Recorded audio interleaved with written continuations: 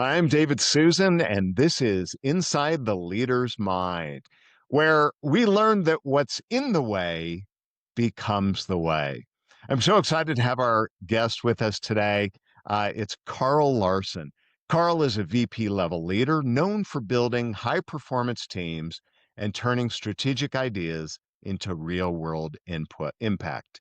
With deep expertise in program management, Karl brings a rare mix of vision, collaborative leadership, and energy that drives both people and performance. He leads with a people first mindset and a sharp focus on execution, making transformation not just possible, but measurable. Karl, welcome. Oh, it's great to be here today, David. Great to see. I got to tell you, I love in your introduction, not just possible, but measurable. Yeah, That is, I just got to tell me, where does that come from? That whole, before we even jump in, I love yeah, that. yeah. I had a leader many years ago, president of the company, and she used to run around saying, "What gets measured gets done." And that's stuck with me. It's because she was so spot on. If you if you can't measure it or you don't measure it, how do you know if you can get it done, or how do you know that you've gotten it done? So it stuck with me for many, many years. That was many years ago that I had that interaction. I love it. I love it. Well, tell me a little bit about what you do now.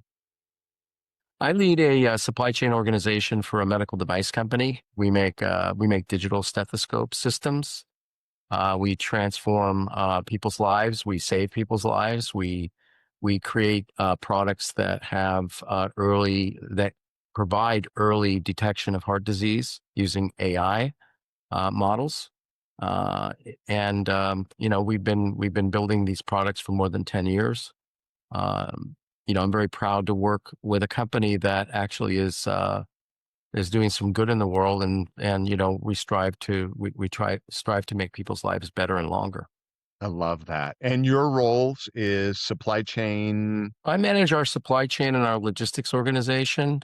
I've been with the company for just a little over 6 years. When I started here, there was about 35 people in the company. And we really did not have a supply chain leader at all prior to me coming on board. So I had to build it from the ground up. At that time, we were still building product in Berkeley, California. We're building product in a small little warehouse, and we needed to scale the business to grow. We actually, about a year after I started, we signed an agreement with 3M, who owned the Littman brand, Oh yeah. and we had to grow very fast because Littman had very high expectations in terms Oh of yeah. volume. So we had to be able to scale the business, and I was brought on you know to build the business and scale it. We now build in three different factories in that are international. Where most of our factories in Southeast Asia, and we bring all the product into the United States, and we use third party partners for our logistics, and we distribute all of our products from Memphis, Tennessee, throughout the rest of the country, and we are shipping globally today. So we Wow. ship into about 8 different countries at this point. And how's the growth been? The growth's been very solid. We've been growing at 30+% a year for many years now. There were some tough times during the pandemic, but because of the nature of our product, we were growing through the pandemic. The Yeah. tough part about the pandemic was that we couldn't travel. And we were international. I had factories in Asia, and we could not travel there. So we had to do a lot of work on Zoom, like you and I are talking today. Yeah. Uh, Yeah. and we were introducing new products during that time, and new features on our products. So it was challenging, but we were able to work through it. And we have a really diverse team. We do have internet. We have we have international employees. So we have employees in Malaysia and in China. As well as the U.S. and Canada. So yeah, we were able to grow fairly well. That's really cool. What do you see right now as a leader? What are some of your biggest challenges you deal with?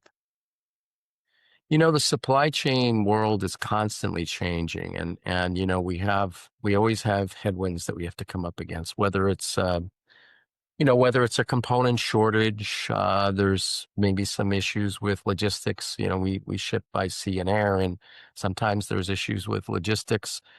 Sometimes there's issues within the factories of employment, being able to get the right amount of employees in the factory.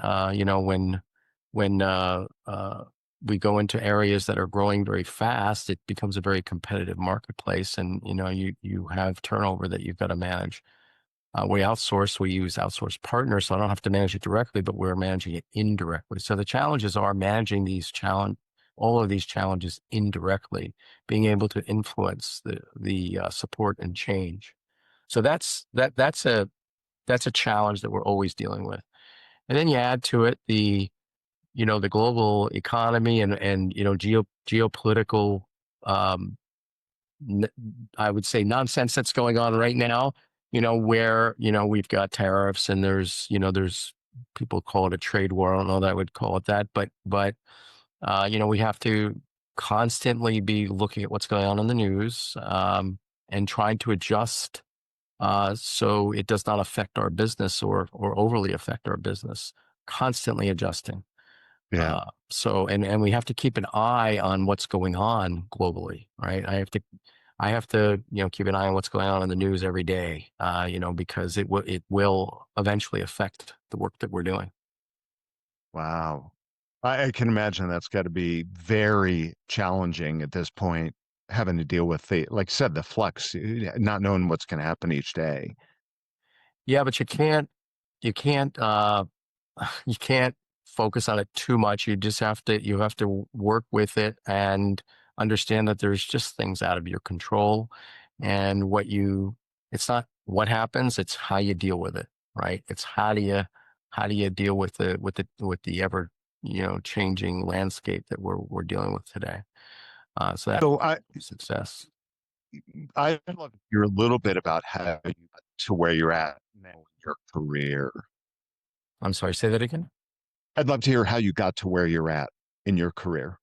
Like, how did you get to be doing what you're doing right now? Yeah, I mean, I started out working in a manufacturing facility a long time ago, and I that's what started my interest in manufacturing and supply chain, and I worked my way up through from the manufacturing floor into the procurement organization, into commodity management, supplier management, and then through management. Worked my way up over the years, and learned a lot from a lot of really smart people, and a lot of networking. Yeah.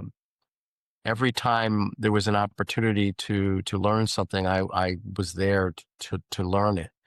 And about, I would say, 10 to 12 years ago, I got out of the business. I decided I didn't want to do it anymore, and I started my own business. I had an idea for some SaaS software, and I had a couple partners, and we raised some capital, and we I'm not a software developer, by the way. I'm a business leader, but I had an idea for something, so we raised some capital. We hired some software developers, and we developed the software, and we built the platform, and then we learned the hard part, the sales. Huh.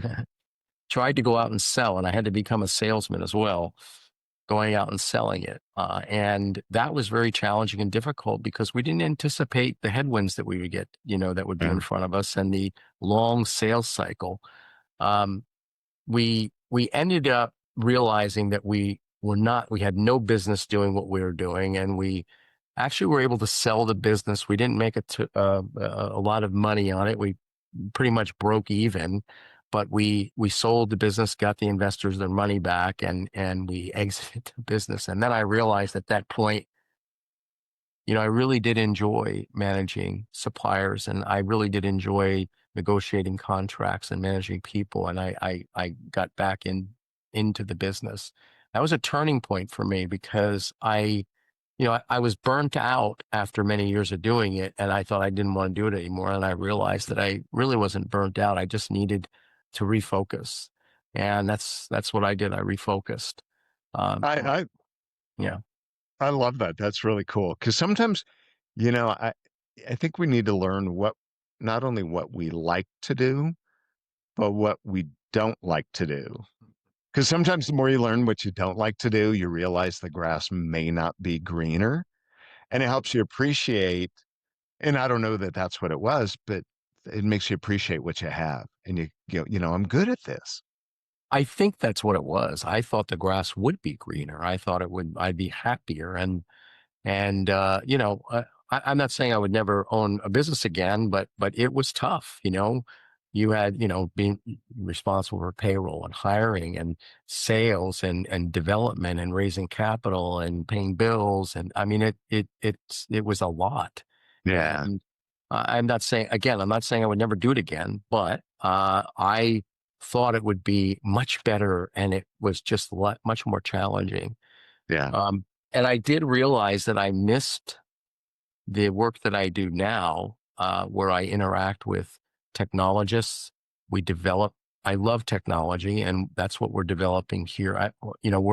I get intimately involved. We're not a super large company, and I get involved in the development of new products. I'm intimately involved I have a small team, but I'm intimately involved with, negotiating with our suppliers and working with them. I visit them. So I am traveling quite a bit, which some people don't like, but I absolutely love it. And I'm on the road maybe, I would say probably 8 weeks a year, 8 to 10 weeks a year, depending upon the year. And most of the travel is international.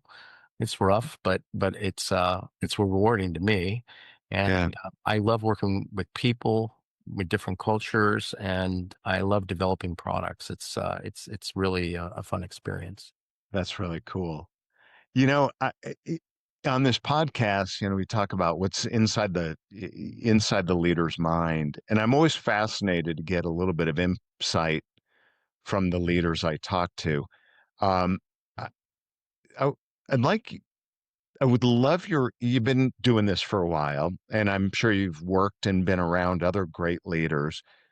When you think of a great leader, what is it about them do you think that makes them great? Hmm. It was something came up. I was on my LinkedIn. I was just going through it just a couple hours ago, and something came up in front of me. And it was talking about leadership, and it was listing micromanagement, what that means. It means that you don't trust the individuals, so, that you work with, so you're micromanaging them. And then it was said something about, you're giving up and allowing people in your group to go manage their business without too much oversight, and that usually means that you trust them. I think most of the great leaders that I've worked with or have influenced me have been very trusting and very altruistic when it comes to allowing the folks in their group to run their business themselves. The trust factor, not getting into it too much and micromanaging them. A lot of the bad experiences I've had with some of the leaders that I've worked with, who have been very successful, by the way, but they were micromanagers where they wanted to own everything and manage everything. And that just means you don't trust the people Yeah, that are working with you. I almost said working under you, but I think that's really not a good way of looking at it. I think it's yeah, working with you, yeah, because you're all working together. You just have different levels of responsibilities, and the people that work in my organization here, I give them as much autonomy as I can to get their job done, and I'm here to support them, not the other way around. And I had a guy I worked that was my boss. He's the president of the company for a while here. Um, and we used to have one-on-ones. And the very first thing he would say to me was, "What can I do to support you and your vision?" He would say that at the beginning of every one-on-one we had. It wasn't like, what are you doing for me, or what have you done, or give me a reporting of what you got, what you've accomplished this week. It was the opposite. It was, what can I do to help move things along for you? And, that was so refreshing to me because the support and the trust that he gave in me, that I knew what I was doing, that was so, the confidence that it gave me Yeah. was stratospheric. Is that Stratosphere. Hey, we're going to use the word. I don't know if that's what stratosphere. It sounds good to me. So, and maybe you kind of answered it for yourself, but what do you think your greatest leadership superpower is? I hope that the folks that work with me believe the same in me that I just espoused from the guy that I work for. And I really hope that they believe that I give them the autonomy to go get their jobs done without really breathing down their neck. I try to do that every day. We're not perfect. None of us are perfect. And I'm sure there's times where I'm not, but I really want the people that I work with to want to work with me no matter what. And I don't want them to be thinking that, oh my gosh, I gotta go into work again today to work with this guy. I want them to feel like they're having fun every day. Like we have to get work done, real work done. And it's a very important job, but I don't want people to not want to come into work. Sundays are interesting days. If you're in a job that you absolutely hate, Sundays are the worst day of the week because the weekend's over, or Sunday nights, let's say. Yep. The weekend's over and you're facing down Monday morning. And if your Sundays are terrible, then you probably have a job that you need to go find a new job. My Sundays are wonderful. I love Monday mornings. I absolutely love them. So, that's a measure to me that I'm doing something I love and I'm really happy. And I want other people to feel the same way. I love that. I love that. What do you think for just in the world of business today, what would you guess the biggest challenge leaders face is? There's all this discussion about AI and what AI is going to do and how it's going to take over the world. And I think that it's a tool that can be used to help. Well, I will tell you right now, I use it every day. I'll use one of the tools, ChatGPT or DeepSeek or one of them. I'll use them every day for one task or another. I think that we need to learn to navigate through technology. The world is changing very quickly, and we need to embrace it with caution, Hmm. right? We need to make sure that we're not overly reliant upon it, and we're not just you know jumping in jumping in with all jumping in right away. And we just need to make sure that we're managing it properly. So I think that I think that's probably the biggest thing, is embracing the technology that we've got coming at us right now. It's so fast and furious. Yeah. And for yourself, if you look in the mirror and say, what's an area that I really know I need to get better at, especially with leadership, with people, what would that be? Well, as I said, no one's perfect, right? So, I'm always every day trying to be a better person. I'm trying to, I want to learn. I want to know about, like I just talked about technology. I want to make sure that I know what's coming down the pipe and I want to know what's going on. I am constantly, I'm really vigilant about understanding what's going on in the world that I'm in. I want to know. I'm constantly doing research on, you know, you name it, where the silicon component marketplace is today. What's happening with battery technology? What's happening with the tariffs? What's happening you know, with the war in the Ukraine? Yeah. Which when that happened, it caused a lot of turmoil in the supply Oh, chain. yeah. What's happening with rare earth materials? I mean, you name it. I'm trying to keep abreast of everything that's going on. It's really hard to do that alone.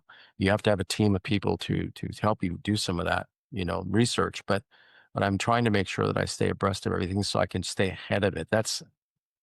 I think if I were to say that I need to improve on something, I need to stop being so uh how do I put it? So paranoid about about you know the world, the world's shutting me down, and I'm always trying to figure out a strategy to stay ahead of the next crisis, right? Yeah.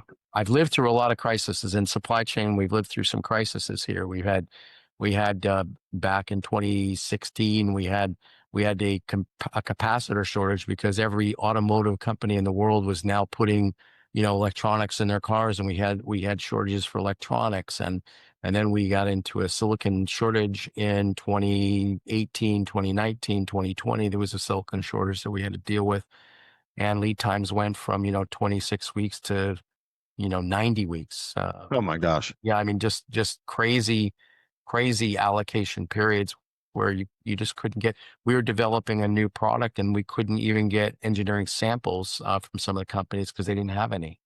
So, Wow. you've got to try to stay ahead of these things. So again, I end up being ultra paranoid about, oh, I need to stay ahead of everything, and I need to make sure I relax that a little bit. But Yeah.